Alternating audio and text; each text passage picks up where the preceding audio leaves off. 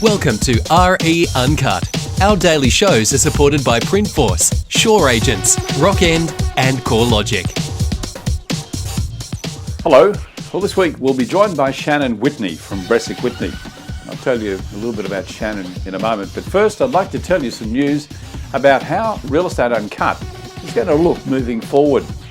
After just over 11 years, I've decided to step back, and while I'll still be involved every day, it'll be from the other side of the camera.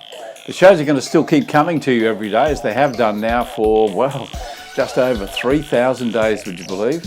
Each week, as well as a new guest, will feature a different anchor.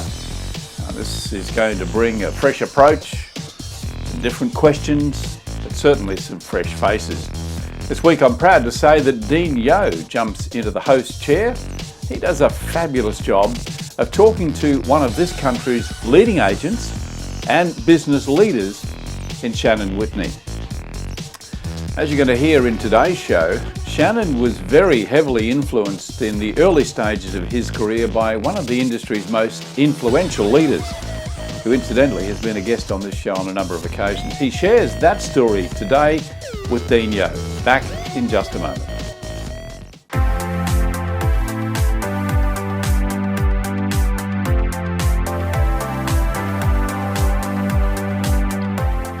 Your business card is a vital selling tool and a constant visual reminder of who you are, what you do, and more importantly, how you can be contacted.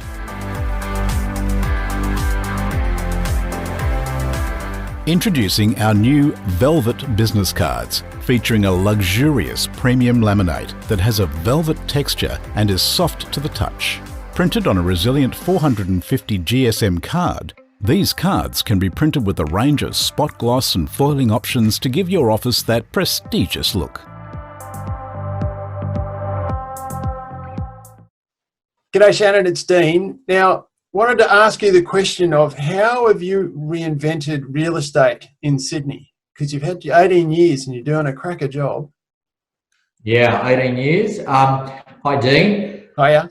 I don't think that we have reinvented real estate in Sydney, is my answer to that. Look, from my observations, I think that the biggest seismic shift that I've seen in my 25 years in the industry was probably John McGrath's influence in the late 80s, early 90s. Yeah. That's probably been, in my experience, the most significant shift from a real estate industry's point of view in terms of really changing the game. Yeah. I've seen and certainly witnessed that the term innovation has been used a lot in the last 10 years. Mm-hmm. I think that, people like us and brands like us have taken the industry platform, and I think that we've either tweaked and improved certain elements. I've seen businesses and brands like us perhaps really focus in one or two key areas and do perhaps extremely well in some of those areas. However, I would say that a full reinvention and a kind of total change in direction from the real estate industry in terms of our practice and service delivery, I don't think I've seen that really since John McGrath's day in the 80s and the early 90s. That was when you brought out that book, You Inc. was somewhere in that time, I think, wasn't it? I'm not sure whether the book was the reason for that. No. I think that was chicken egg, which came first, but you were also exposed, you were internal to that around that time as well, weren't you?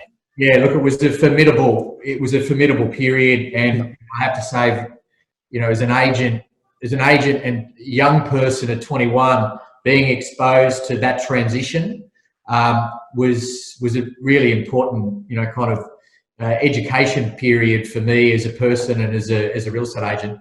And really what John did was, for those of us that are old enough, the word service was not a word that was accustomed to real estate. Real estate was really something that happened and something that people did, but the term service wasn't part of that delivery. John introduced not just a new way of doing things, but a new mindset. And that mindset really changed not just what certain businesses did, it really changed the bar and the level of expectations on an agency side and also from a customer point of view.